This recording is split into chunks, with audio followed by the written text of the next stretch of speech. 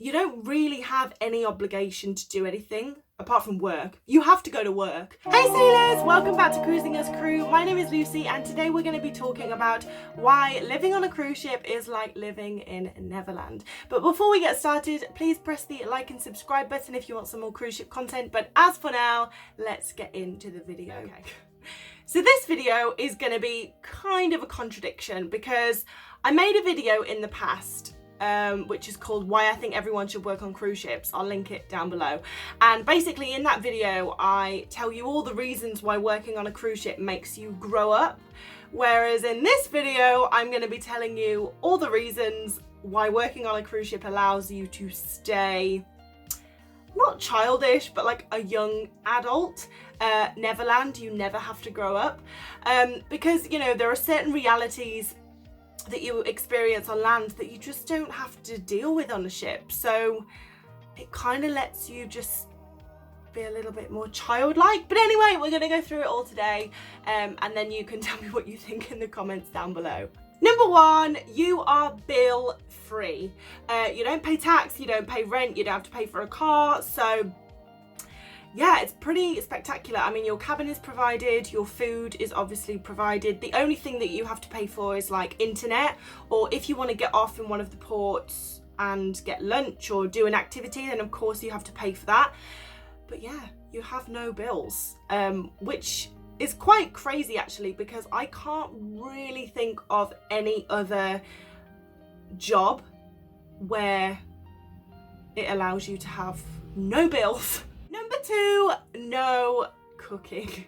Yeah, so obviously all your food is bought for you and is provided for you in the crew mess, or you can eat in the guest areas. But yeah, so in the crew mess, they have obviously cooked everything. They have decided what they're going to make. You don't have to think about what you're going to cook. You don't have to cook it. You don't have to do anything with the food unless you're a chef. But yeah, so that's pretty amazing. I mean, it's like, you know, normally at home, if you have a really long day at work and then you have to go home and you're like, oh God, like what am I going to have for tea? What am I going to cook? What, you know, oh, I'm missing these ingredients. I've got to shop. I've got to get this. You don't have that on a ship. Everything is done for you, bought for you, cooked for you, prepared for you. So you just have to eat. Number three, no driving. You don't have a car to maintain. You might obviously have a car back at home, but while you are on the ship, pretty self-explanatory, but you have no car, which means you have no car payments. You don't have to drive anywhere. I mean, which is really nice actually, because you can just like set your alarm for 10 minutes before work, depending on how fast you get ready. But there's no commute to work. Your commute is literally an elevator ride. So yeah, that's really nice. I actually really like driving, but the responsibility of having a car and then obviously having the commute to and from work, it's really nice not to have that. And I've always said eventually in the distant future, when I give up ships, that is something that I'm going to miss, just being able to get up and hop in the lift and be at work and not have to drive anywhere. Number four, you can go out for a night out all the time. So obviously on land you have like a normal working week, Monday to Friday, and then people normally go out like Friday, Saturday or Sunday over the weekend. You don't have your normal working week on a cruise ship, which means there might not be a party every night, but like the bar's open every night and there will be someone in the bar every night. So if you want to, you can go out every night. Whereas like on land, even though you might want to go out on a Wednesday, you're like, well, none of my friends are going to be out on Wednesday, so I'm just going to save up my money and go out on the weekend with them. Whereas on a cruise ship, you can just go out every night and there will be someone there. And also, you don't have to worry about getting home because your cabin is literally down the hallway. So at the end of the night, there's no like waiting for a taxi, which we all know is the worst part of the night. You don't have that on a cruise ship. You can just skip along home. In 2 minutes, you're back to your cabin, and within 5 minutes, you can be in bed. So it's pretty amazing. Number five, you get to be selfish. Now this sounds really bad, but I don't mean it in a bad way at all. Now obviously when you're at home, you have your family, your friends, You know, you have to think about getting the food shopping in, you have to think about putting the car in for its MOT, thinking about taking the kids to school or taking your cousins to school. Or you might live with live near your family, so you know that your mom is going to expect you to visit her 3 times a week or call her 3 times a week or whatever. So you have a lot to think about, and you have a lot of people to think about when you are at home. Whereas when you are on a ship, because your family and friends are aware that you are working a lot of the time, they tend to have less expectations of you. So, you know, at home, you might be expected to call your mum 3 times a week, whereas on a ship, she expects you to call once a fortnight. I don't know, obviously everyone has their own arrangements, but you go on the cruise ship alone. Obviously you make friends while you're there, but you only really have to look out for number 1.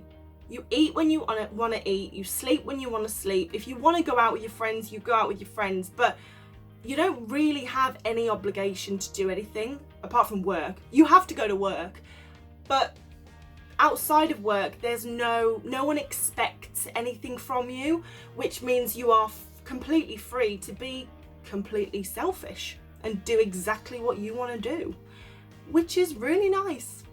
Number 6, you are disciplined. So you're growing up, you're a child, you're growing up with your parents, and you wouldn't maybe think to clean your room. Your mom would come and tell you to clean your room, or you wouldn't think to do the washing. Your mom or dad or whoever would come and tell you to do the washing up. And on a ship, obviously you have to think for yourself quite a bit, but in other ways the thinking is done for you. Like, for example, cleaning your cabin. We have crew cabin inspections. So keeping your cabin clean isn't optional. You have to do it. And it's so funny because the day before cabin inspections, you see everyone like going back and forth to the incinerator and the sheet room, getting their new sheets and their new bin liners and everything. But the point is you don't have to discipline yourself because the structure is there for you to follow. Whereas if you lived on your own in your own flat at home, no one's coming to make you clean your flat. You're gonna have to do that off your own back because you want to. Now, obviously, most people clean their cabin because they like to live in a clean cabin, but a lot of people just clean their cabin when there's cabin inspections because they have to. So you don't have to discipline yourself. That's just one example, but another one is like drinking. So when you go out for a night out at home, there's no limit. You can drink as much as you want. The only limit is a limit that you set yourself. Whereas on a ship, there is a drinking limit, and if you go over that limit, you run the risk of getting fired.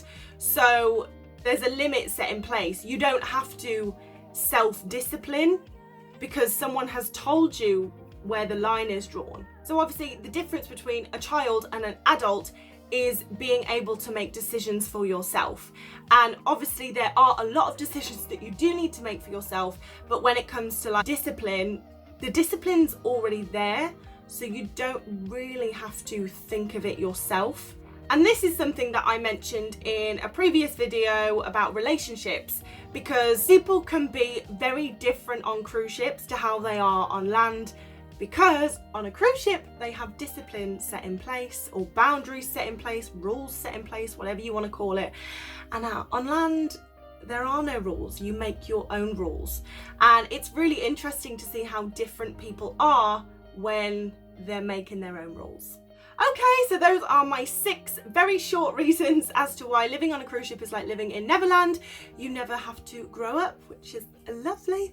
Please let me know in the comments if you have enjoyed this video, and also hit that notification bell, because in the next video we're going to be talking about what it is like to work for Steiner.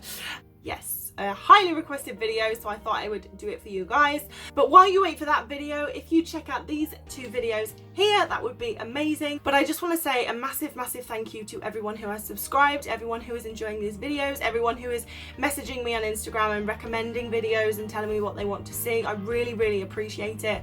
But yeah, thank you so much. Like, this has been something I've wanted to do for a long time. And I just really appreciate everyone who's watching, so thank you.